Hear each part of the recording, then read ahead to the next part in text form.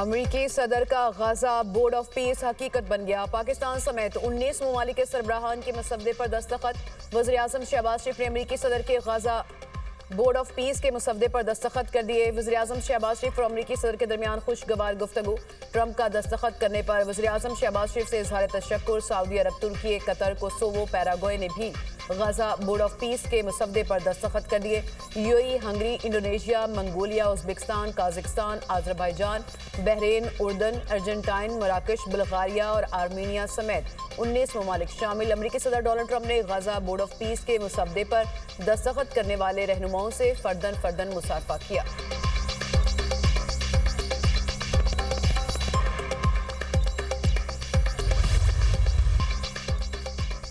अमरीकी सदर का एक बार फिर पाक भारत जंग रुकवाने का तस्करा।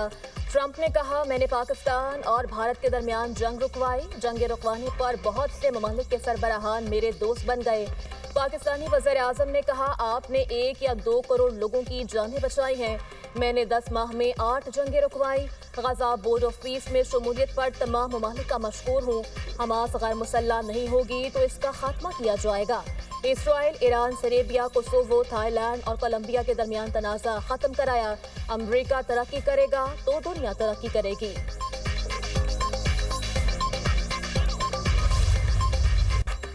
डेवोस में बोर्ड ऑफ पीस के चार्टर पर दस्तखत करने की तकरीब का इनेकाद।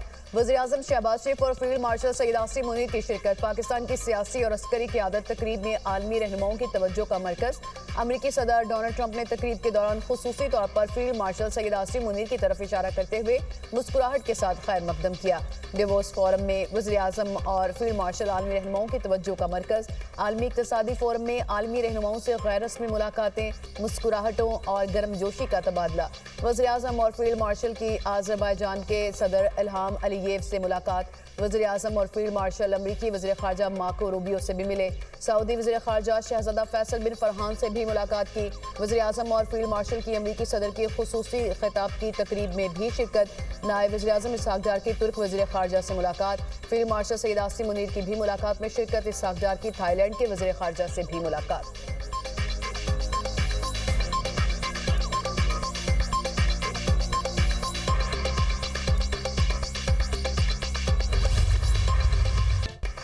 कराची में आग से तबाह गुल प्लाजा से इंसानों की बाक़ियात मिलने का सिलसिला जारी। जामहक अफराद की तादाद 67 हो गई, 77 लापता।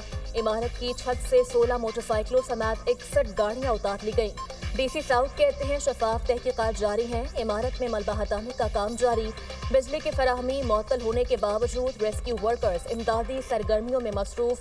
सिंध बिल्डिंग कंट्रोल अथॉरिटी और पाकिस्तान इंजीनियरिंग काउंसिल का गुल प्लाजा का दौरा। टेक्निकल कमेटी ने गुल प्लाजा को मखदूश करार दे दिया। कमेटी की गुल प्लाजा को रेस्क्यू ऑपरेशन के बाद मुनहदिम करने की सिफारिश। गुल प्लाजा से मुत्तसिल प्लाजों का भी मुआयना किया गया।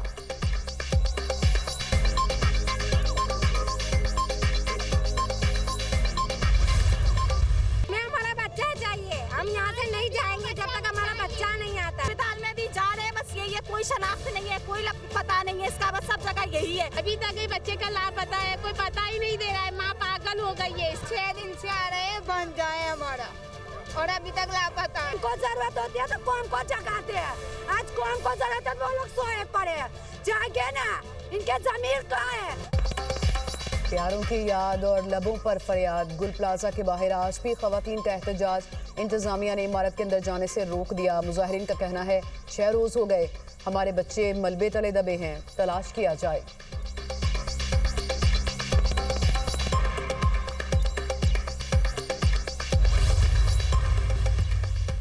सानिया, गुल प्लाजा की तहकीकात सिंध हुकूमत निजी ऑडिट कंपनी की खिदमत हासिल करेगी। IG सिंध जावेद आलम उर्दू का कहना है निजी ऑडिट कंपनी आग लगने की वजूहात समेत दीगर चीज़ों का जायजा लेगी। रिपोर्ट की रोशनी में मज़ीद कार्रवाई अमल में लाई जाएगी। अहम दुकानदारों समेत तमाम मुंसलिक अफराद के बयानात रिकॉर्ड किए जाएंगे। पुलिस टीम भी वाक़े की जाँच कर रही है। सिंध बिल्डिंग कंट्रोल अथॉरिटी ने कराची भर में फायर सेफ्टी मुआयनों का आगाज़ कर दिया। शहर की 35 रिहायशी और कमर्शल इमारतों में फायर सेफ्टी इंतजाम का जायजा। DG SBCA के मुताबिक फायर सेफ्टी में खामियों पर मुतालिका इमारतों को इस्लाही नोटिस जारी किए जा रहे हैं। KMC के सर्वे में शामिल 266 इमारतों इमारतों समेत दीगर अहम इमारतों को नोटिस जारी किए जा रहे हैं। मुकर्रर वक्त में फायर फाइटिंग आलात और सेफ्टी इकदाम करना होंगे, वरना इमारतों को सील कर दिया जाएगा।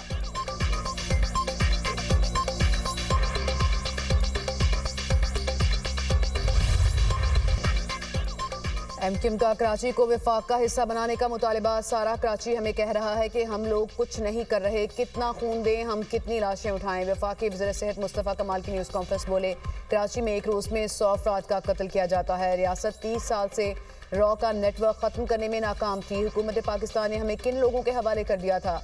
हम तो रियासत की तरफ देख रहे हैं। आप बल्दिया फैक्ट्री और बोरीबंद लाशों की बात करते हैं। विफाक रियासती इदारों और वज़ीर-ए-आज़म को आवाज़ दे रहा हूँ। पीपल्स पार्टी की नाराज़गी की वजह से वज़ीर-ए-आज़म चाहते हुए भी कुछ चीज़ें नहीं कर सकते।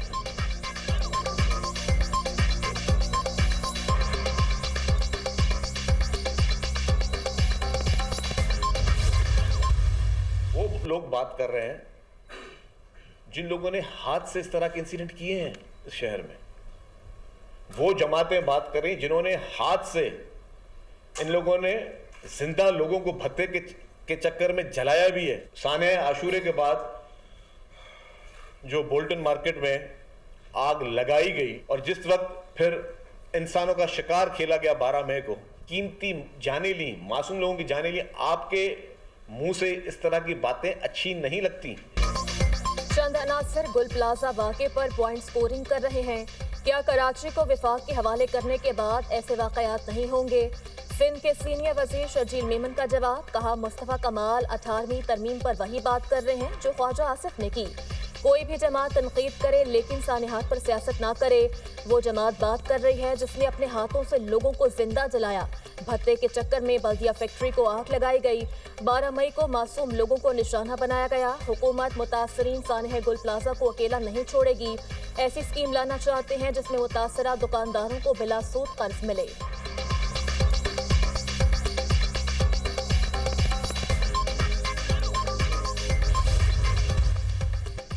गजा अमन वोट कबूल नहीं। सरबराह JUI मौलाना फजलुर रहमान कहते हैं, आप ऐवान को एतमाद में नहीं ले रहे, चले मत लें।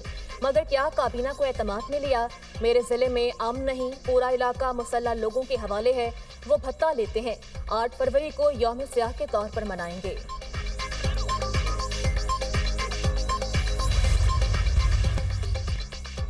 कराची समेत मुल्क के मुख्तलिफ शहरों में बारिश और बालाई इलाकों में बर्फबारी। सर्दी की शिद्दत बढ़ गई। हैदराबाद, भक्कर, लाड़काना समेत सिंध के मुख्तलिफ शहरों में बारान रहमत, जबकि कोयटा समेत बलूचिस्तान के मुख्तलिफ इलाकों में भी बारिश और बर्फबारी। कलात, कला अब्दुल्ला, ज़ियारत और मुस्लिम बाग समेत कई इलाकों में बारिश के साथ बर्फ के गालों की बरसात। उधर पेशावर में भी बादल बरस पड़े।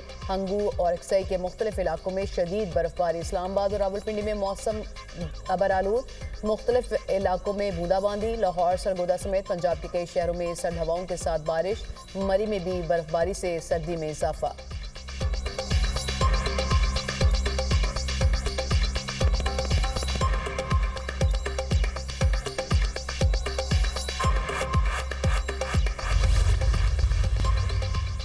रूसी सदर की फ़लस्तीनी सदर महमूद अब्बास से मुलाकात। गजा अमन बोट में शमूलियत पर $1 अरब फराहम करने की पेशकश। प्यूटन ने कहा, ये रकम सबसे पहले फ़लस्तीनी अवाम की हिमायत के लिए मुख्तस की जाएगी। रकम गजा पट्टी की तामीर नौ और फ़लस्तीनी मसाइल के हल के लिए इस्तेमाल की जाएगी। अमन बोट के फंड्स अमरीका में मुंजमद रूसी असासों से भी फराहम किए जा सकते हैं।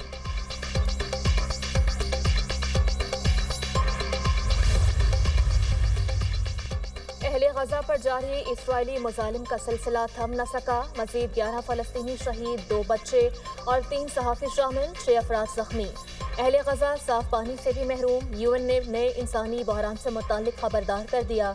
इसराइली हमलों में गजा की तकरीबन 70% पानी की लाइनें तबाह हो गईं। पानी के एक अहम जरिए सफ़ा वेल की मरम्मत के लिए इमदादी दरख्वास्त भी इसराइली हुकाम ने मुस्तरद कर दी।